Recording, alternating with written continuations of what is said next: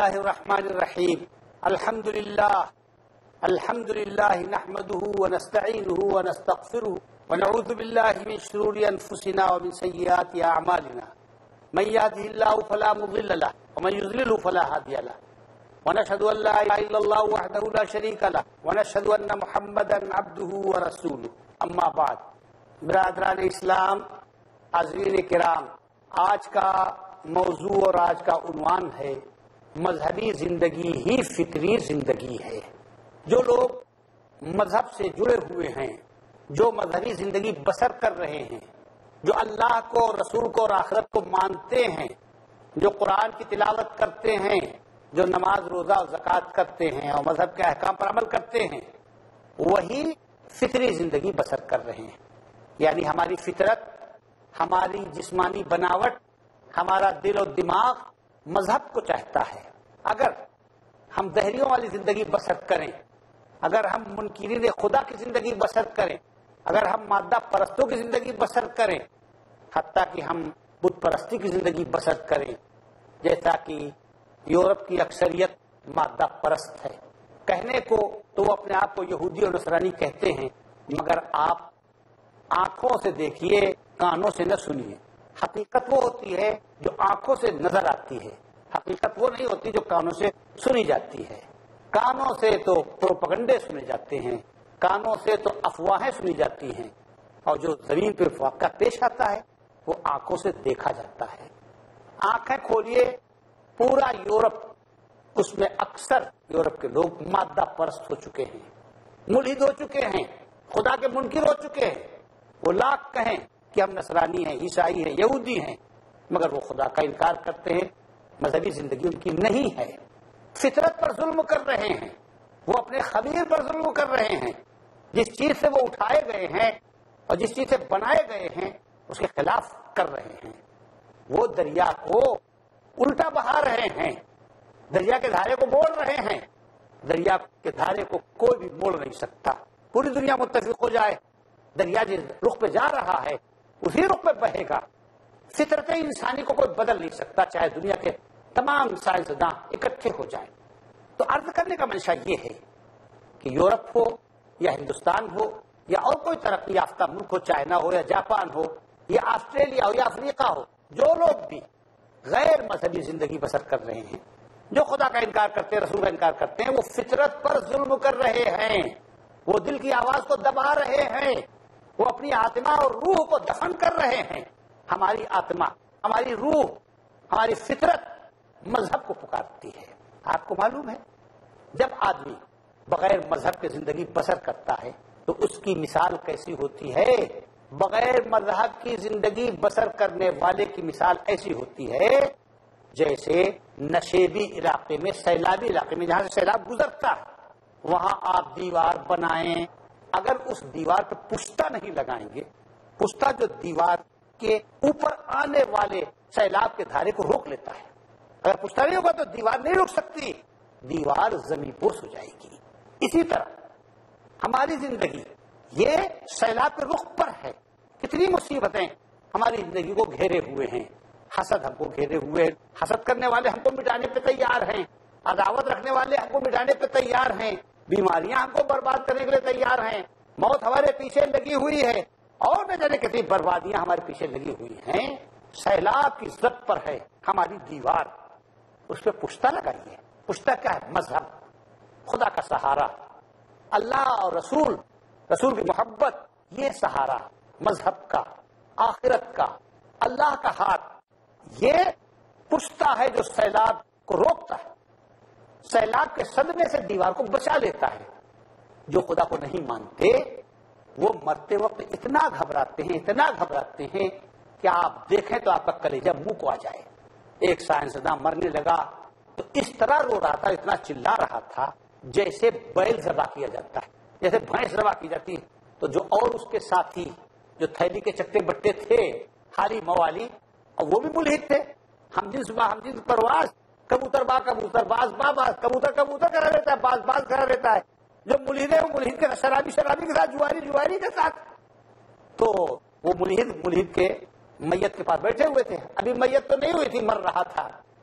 تو کہنے لگے ارے تو اتنا بڑا سائنسداں، پوری دنیا میں تیرا ڈنکا بج رہا ہے اور تو نے پوری دنیا کو یہ تعلیم دی کہ خدا نہیں ہے، اور آج تو اتنا رو رہا ہے، کیا کہیں گے کتنا کمزور دل کا تھا، اور زندگی بھر جس چیز کی تعلیم دی آخر میں گھبرا گیا۔ تو اس نے کہا تمہارے کہنے سے کام نہیں چلے گا، میرے چاروں طرف اندھیرا ہی اندھیرا ہے، میں نے زندگی بھر کوئی نیک کام نہیں کیا، اور خدا کو میں مانتا تو اس سے امید مانتا کہ آئندہ کی زندگی میں اس سے مجھے روشنی ملے گی، مگر میں نے تو اپنی ساری زندگی برباد کر دی، خدا پر میں نے یقین نہیں کیا، اب میں رحمت کی امید کس سے باندھوں؟ تم میری بگڑی کہاں بنا سکتے ہو؟ تمہارے ہاتھ میں ہے میری آئندہ زندگی کو روشن کرنا۔ اگر اللہ پر میں نے یقین کیا ہوتا اور مذہب کا سہارا ہوتا تو مجھ کو روشنی ملتی۔ یہ ہے مذہب کی طاقت، یہ ہے مذہب کی ضرورت۔ جب سارے ہاتھ ہٹ جاتے ہیں، جب سارے وسائل چلے جاتے ہیں تو مذہب آدمی کو سہارا دیتا ہے۔ کبھی بیماری آئے تو یاد کرو کہ کس سے تسلی ہوتی ہے؟ اللہ سے، قرآن سے، رسول اللہ صلی اللہ علیہ وسلم کی باتوں سے۔ کبھی زلزلے آتے ہیں، کبھی بے تحاشا بارش و طوفان آتا ہے، کس کو لوگ پکارتے ہیں؟ اللہ کے سوا کوئی اور ہے جس کو پکارا جاتا ہے؟ اللہ کے سوا کوئی نہیں ہے جس کو پکارا جاتا ہو۔ تو مذہب کا سہارا، انسان کی فطرت مذہب کو مانگتی ہے، انسان کی فطرت چاہتی ہے کہ مذہب ہو اور ہماری پیٹھ پر اس کا ہاتھ ہو، ہمارے سر پر اس کا سایہ ہو۔ تو مذہب کے بغیر آدمی ایسا ہے جیسے سیلاب کی زد کے اوپر دیوار ہو اور اس میں پشتا نہ ہو، اور اگر مذہبی آدمی ہے تو ایسا ہے جیسے دیوار کے اوپر پشتا ہے، جو بھی سیلاب آئے گا اس کی موجوں کو اور اس کی لہروں کو وہ پشتا روک لے گا اور دیوار برقرار رہے گی۔ یورپ کے اندر ایک عورت زیر علاج تھی، ادھیڑ عمر کی عورت ہی، 50 سے اوپر ہو چکی تھی، کولہے میں اس کے زخم تھا، ڈاکٹروں نے علاج کیا، بڑی تیزی سے وہ زخم اچھا ہونا شروع ہو گیا، ہفتے 2 ہفتے میں بالکل ٹھیک ہو گیا، کولہا ٹھیک ہو گیا۔ اس کی بیٹی اتوار کو آتی تھی اپنی ماں کو دیکھنے کے لیے۔ یورپ کے اندر لوگوں کو اور دنوں میں فرصت نہیں ہوتی، اور ماں باپ کا تو وہاں ماں کا، باپ کا، بیٹے کا، بھائی بہن کا کوئی خیال ہی نہیں، رشتے داریاں اور فیملی سسٹم وہاں بہت کمزور ہے۔ مگر وہ لڑکی شریف تھی، اپنی ماں کو دیکھنے آتی تھی اتوار کو۔ اتوار کو دیکھنے آئی تو ڈاکٹر نے کہا کہ اب کل پرسوں میں آپ کی ماں کو ہم ڈسچارج کر دیں گے کیونکہ وہ ٹھیک ہو چکی، کولہا بالکل صحیح ہو چکا ہے۔ تو اس نے کہا ٹھیک ہے۔ تو وہ بوڑھی عورت اپنی بیٹی کے پاس رہتی تھی داماد کے ساتھ، تو گئی اپنے گھر اپنے شوہر سے بتانے کے لیے کہ میں اپنی ماں کو لا رہی ہوں کیونکہ وہ وہاں سے ڈسچارج ہو رہی۔ تو اس کے شوہر نے کہا، بوڑھی عورت کے داماد نے کہا کہ ہم اپنے گھر میں ان کو نہیں رکھ پائیں گے، ان کو اولڈ ہاؤس میں رکھوا دو۔ اولڈ ہاؤس جو بڈھوں کے لیے مکان بنائے جاتے ہیں، وہ اپنا پڑی رہ جائے گی۔ وہ لڑکی پھر واپس آئی اور اس نے اپنی ماں کے کان میں کہا کہ میرے شوہر نے تم کو اپنے گھر رہنے سے انکار کر دیا کہ ہم نہیں رکھ پائیں گے، ان کو رہنا ہو تو اپنا اولڈ ہاؤس میں رہیں۔ بس اتنا کہہ کے چلی گئی۔ 3 دن کے بعد اس عورت کا انتقال ہو گیا۔ اور فرمائیے 3 دن کے بعد اس عورت کا انتقال ہو گیا کیوں؟ کہ کولہے کی تو ہڈی ٹھیک ہو گئی، کولہے کا زخم ٹھیک ہو گیا، لیکن جو سہارا تھا داماد کا، بیٹی کا، وہ سہارا ختم ہو گیا، تو اس کے دل میں غم پیدا ہو گیا، یعنی دل ٹوٹ گیا۔ وہ ٹوٹنا کوئی دیکھنے والی چیز نہیں تھی، اس کا دل ٹوٹ گیا۔ کولہا تو صحیح کر سکتا تھا ڈاکٹر، مگر ٹوٹے ہوئے دل کو وہ صحیح نہیں کر سکتا تھا۔ تو یہ ہوتا ہے جب سہارا ختم ہو جاتا ہے، جب آسرا ختم ہو جاتا ہے، جب امید کا کوئی مرکز نہیں دیتا، تو موت کے سوا کوئی چیز نظر نہیں آتی۔ تو مذہب وہ چیز ہے کہ جو ہر حال میں بندے کو سہارا دیتی ہے۔ مذہب کی مثال ایسی ہے جیسے نیا بیچ مجھدار میں ہچکولے کھا رہی ہو، بیچ مجھدار کے اندر لہریں آتی ہیں اور ٹکراتی ہیں، طوفان کے تھپیڑے آتے ہیں اور ناؤ سے ٹکراتے ہیں، اور ناؤ ڈاواڈول ہوتی، کبھی ادھر جا رہی کبھی ادھر جا رہی، سمجھتا ہے ادھر ڈوب جائے گی یا ادھر جائے گی۔ بیچ مجھدار میں نیا ڈاواڈول ہو رہی ہو اور کھیونہار کوئی نہ ہو تو اس نیا کا کیا حال ہوگا؟ وہی حال ہماری زندگی کا ہے کہ بیچ مجھدار میں ہے ہماری زندگی۔ ایک مجھدار ہے، بیچ دریا میں طرح طرح کی مصیبتیں ہیں، اور اس مصیبتوں کو پار کر کے زندگی کے دن پورے کرنے ہیں۔ بیچ مجھدار میں ہماری زندگی کی نیا ہے اور کھیونہار کوئی نہیں، یعنی نہ اللہ ہے نہ رسول ہے، تو اس نیا کو ڈوبنے سے کوئی بچا سکتا ہے؟ تو اس لیے حاضرین کرام، مذہب یہ ڈوبتی ہوئی نیا کا کھیونہار ہے۔ اگر آپ چاہتے ہیں کہ آپ کی نیا پار لگے تو کھیونہار سے اپنا تعلق قائم کرو۔ حاضرین، وقفے کا وقت ہو گیا ہے، وقفے کے بعد پھر حاضر ہوں گے، خدمت میں حاضر ہیں۔ بات یہ چل رہی تھی کہ مذہب کے بغیر ایسا ہے جیسے ناؤ ڈاواڈول ہو رہی ہو اور کوئی اس کا ملاح نہ ہو، کوئی اس کا ناخدا نہ ہو۔ مذہب کے بغیر زندگی جیسے کٹی ہوئی پتنگ ہوتی ہے، اگر ڈور میں پتنگ جڑی رہے تو ٹھہری رہے، لیکن جب پتنگ کٹ گئی تو پتاتی ہے، کبھی ادھر جاتی ہے کبھی ادھر جاتی ہے۔ کٹی ہوئی پتنگ کی طرح ہوتا ہے وہ شخص جو مذہب کو نہیں مانتا، جو مذہب کی زندگی نہیں بسر کرتا۔ اس لیے جو عنوان آپ کو بتایا گیا کہ مذہبی زندگی ہی فطری زندگی ہے، اللہ تعالیٰ نے ہم کو جو فطرت دی ہے، اللہ نے ہم کو جو دل و دماغ دیا ہے، اللہ نے جو ہم کو پاکیزہ جذبات دیے، وہ سب مطالبہ کرتے ہیں کہ اللہ ہے، وہ سب مطالبہ کرتے ہیں کہ آخرت ہے، وہ سب مطالبہ کرتے ہیں کہ ہم کو اپنے اعمال کا یہی دنیا سے کچھ نہیں ہے، ہم کو اس کے بعد اپنے اعمال کا جواب دینا ہے۔ اپنے کیے کیا، یا اچھا کیا تو پھل پائیں گے اور برا کیا تو سزا بھگتنی پڑے گی۔ یہ ہے مذہبی زندگی۔ آدمی کیا اس سوال سے بچ جاتا ہے؟ کتنی مرتبہ یہ سوال آتا ہے کہ ہم کہاں سے آئے اور ہم کو کہاں جانا ہے اور ہمارا انجام کیا ہے؟ یہ سوال ہوتا ہے کہ نہیں ہوتا ہے؟ کہاں سے آئے؟ اب آپ کو کس نے بنایا؟ زمین نے بنایا؟ آسمان نے بنایا؟ تو زمین کو کس نے بنایا؟ آسمان کو کس نے بنایا؟ ہم کہاں سے آئے، ہم کو کہاں جانا ہے اور ہمارا انجام کیا ہے؟ یہی 3 سوال ہیں۔ سائنس میں اس کا جواب نہیں ہے، اس کا جواب مذہب میں ہے۔ عقل سے خدا نہیں ملتا، دل سے خدا ملتا ہے۔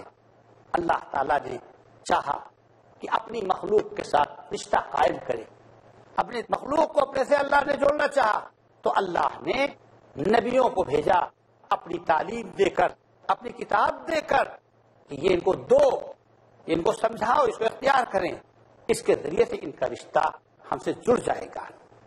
حضرت ابراہیم علیہ السلام نے جو کیا وہ ہر انسان کی فطرت ہے، ہر انسان اس مرحلے سے گزرتا ہے جس سے حضرت ابراہیم علیہ السلام گزرے تھے۔ اللہ تعالیٰ فرماتا ہے وَكَذَلِكَ نُرِي إِبْرَاهِيمَ مَلَكُوتَ السَّمَاوَاتِ وَالْأَرْضِ وَلِيَكُونَ مِنَ الْمُوقِنِينَ فَلَمَّا جَنَّ عَلَيْهِ اللَّيْلُ رَأَىٰ كَوْكَبًا قَالَ هَٰذَا رَبِّي فَلَمَّا أَفَلَ قَالَ لَا أُحِبُّ الْآفِلِينَ۔ اللہ تعالیٰ فرماتا ہے ابراہیم کو ہم نے آسمان اور زمین کی بادشاہت عطا کی اور ہم نے ان کو یقین دینے کا ارادہ کیا۔ ابھی تک ان کو یقین نہیں ملا تھا، ہم نے ان کو یقین دینے کا ارادہ کیا۔ وہ تلاش میں تھے کہ زندگی کہاں سے شروع ہوئی اور یہ زندگی کہاں پہنچتی ہے، اس کا انجام کیا ہے۔ تو اسی غور میں تھے کہ رات کو ستارے چمکتے ہوئے دیکھے تو کہا اتنی بلندی پر ستارے جھلملا رہے ہیں، چمک رہے ہیں۔ فرمایا ہو نہ ہو یہ میرا رب ہے۔ ستارے کی چمک، اس کی جھلملاہٹ، اس کی روشنی دیکھ کر حضرت ابراہیم علیہ السلام نے فرمایا کہ یہ میرا رب ہے۔ فلما افلا قال لا احب الافلین۔ جب وہ ڈوب گیا ستارہ تو کہا ارے ڈوبنے والا خدا کہاں ہو سکتا ہے۔ فلما رأى القمر بازغا قال هذا ربي فلما افلا قال لئن لم يهدني ربي لاكونن من القوم الضالين۔ ستارے ڈوب گئے، چاند کو دیکھا، کہا یہ میرا رب ہے، اس کی اندر روشنی بہت ہے، لیکن جب چاند بھی غروب ہو گیا، چھپ گیا، تو فرمایا بھائی چھپنے والا تو رب نہیں ہو سکتا، اگر اللہ ہدایت نہ دیتا تو میں اسی کو رب بنا لیتا۔ فلما رأى الشمس بازغة، اس کے بعد سورج کو دیکھا کہ وہ بڑی آب و تاب کے ساتھ اور بڑی شان بان کے ساتھ طلوع ہوا۔ فرمایا ھذا ربی ھذا اکبر، یہ ہے ہمارا رب اور یہ سب سے بڑا رب ہے۔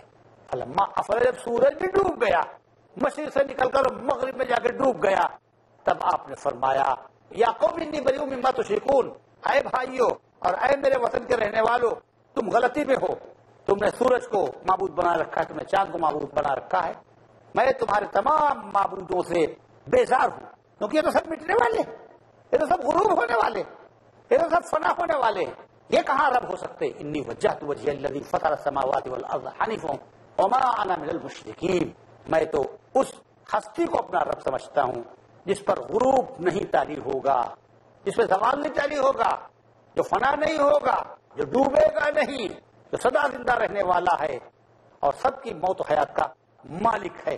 میں نے اس رب کی طرف اپنا رخ کر دیا۔ یہ ہے انسان کی فطرت کی آواز جو حضرت ابراہیم علیہ السلام کے واقعے میں بیان کی گئی۔ وَكَذَلِكَ أَوْحَيْنَا إِلَيْكَ رُوحًا مِّنْ أَمْرِنَا مَا كُنتَ تَدْرِي مَا الْكِتَابُ وَلَا الْإِيمَانُ. تو اللہ تعالیٰ فرماتا ہے کہ ہم نے جو قرآن اتارا ہے یہ تو روح ہے، یہ تو زندگی ہے، یہ تو پیغام حیات ہے، یہ آب حیات ہے.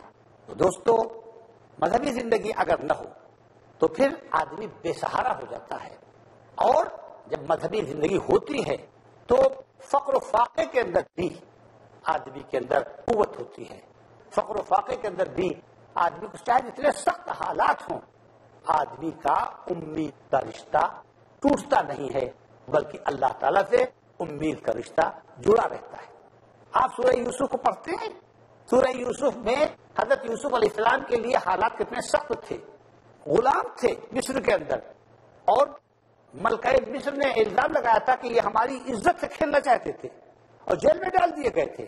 اگر کوئی پوچھتا کہ یوسف علیہ السلام کے بارے میں کوئی روشنی ہے، یعنی امید کی جا سکتی، سب کہتے ہیں کوئی امید نہیں کی جا سکتی.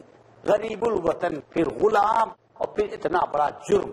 چور ہو، ڈاکو ہو تو معاف کر دے بادشاہ، لیکن ایسے آدمی کو بادشاہ کیسے معاف کر سکتا ہے جس کے اوپر یہ الزام ہے کہ اس نے اس کی ملکہ کی عزت پہ ہاتھ ڈالنے کی کوشش کی. پوری دنیا کہہ رہی تھی کہ اب یوسف کی خیریت نہیں ہے، لیکن اللہ تعالیٰ کی رحمت، اللہ کا چھتر چھایا، اس نے کیا ثابت کیا؟ سارے ناموافق حالات سب حضرت یوسف علیہ السلام کے حق میں ہو گئے. اور وہ آدمی جو مصر کا سب سے بڑا مجرم ٹھہرایا گیا تھا، وہ سب سے بڑا باعزت انسان ٹھہرا. ہوا کیا کہ اللہ تعالیٰ نے حضرت یوسف علیہ السلام کو مصر کی حکومت عطا کر دی.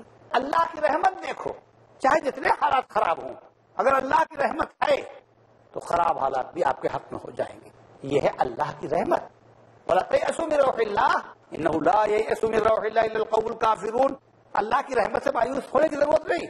اللہ کی رحمت سے وہ مایوس ہوتے ہیں جو اللہ کو نہیں مانتے، اور جو اللہ کو مانتے کہ رحمان کا سایہ ہمارے اوپر ہے، وہ کسی حال میں بھی نراش اور مایوس نہیں ہوتے. لیکن وہ کام کرنا چاہیے جو حضرت یوسف علیہ السلام نے کیا تھا. آپ سورہ یوسف روز پڑھتے ہیں، لیکن آپ سورہ یوسف کے پیغام کو نہیں سمجھتے. سورہ یوسف کا کیا پیغام؟ کہ اللہ کی رحمت سے مایوس نہیں ہونا چاہیے، اللہ سے ہمیشہ امید قائم رکھنا چاہیے. مایوس ہونا کافروں کی علامت ہے. حضرت یوسف علیہ السلام نے ایک تو مایوس نہیں ہوئے، اور دوسرے وہ کام کیا جو ہم کو بھی کرنا چاہیے. وہ کیا کام کیا؟ إِنَّهُ مَن يَتَّقِ وَيَصْبِرْ فَإِنَّ اللَّهَ لَا يُضِيعُ أَجْرَ الْمُحْسِنِينَ. پرہیزگاری اور صبر. حضرت یوسف علیہ السلام نے نہ کسی سے داد کی، نہ فریاد کی، نہ چلائے، نہ کسی کا شکوہ کیا، نہ گلا کیا، نہ کسی کو برا بھلا کہا. بس اللہ سے لو لگائے بیٹھے رہے اور پرہیزگاری کا دامن ہاتھ سے نہیں چھوڑا. نتیجہ کیا ہوا کہ اللہ تعالیٰ نے جتنے ناموافق حالات تھے سب حضرت یوسف علیہ السلام کے حق میں کر دیے. دوستو، آپ غور کیجئے کہ اگر مسجد نہ ہو، یا فرض کیجئے گرجا گھر نہ ہو، یا کوئی عبادت خانہ یہودیوں کا ہے وہ نہ ہو، فرض کیجئے، تو کوئی جگہ ایسی ہے کہ جب آدمی کے رشتہ داروں کا انتقال ہو، جب آدمی کو سب چھوڑ دیں، تو کس کونے میں جا کر وہ تسلی حاصل کرے. آج ہم مذہب کو مانتے ہیں تو مسجد میں جا کے رو لیتے ہیں، اللہ تعالیٰ کے سامنے گڑگڑا لیتے ہیں تو ہمارے دل کو تسلی ہو جاتی. لیکن اگر مذہب نہ رہے، اگر ہم مسجدوں کو نہ مانیں، تو بیماری میں، رشتہ داروں کی موت میں، یا سخت سے سخت حالات میں ہم زندہ نہیں رہ سکتے. اس لیے مذہب کی زندگی بہت ضروری ہے. یہ جو سائنس ہے اس نے کیا عطا کیا؟ آپ کو بناوٹی زندگی آپ کو دے دی، مصنوعی زندگی آپ کو دے دی، چھلکا دے دیا، گودا آپ سے چھین لیا ہے. آپ کے اندر سکون نہیں رہا، آپ کے اندر زندگی کا لطف نہیں رہا، آپ کے اندر زندگی کا مزہ نہیں رہا. دل ہے برائے نام اب دل میں شگفتگی نہیں، گل ہے مگر مہک نہیں، شمع روشنی نہیں. کسی چیز میں سکون و ذائقہ رہ گیا ہے.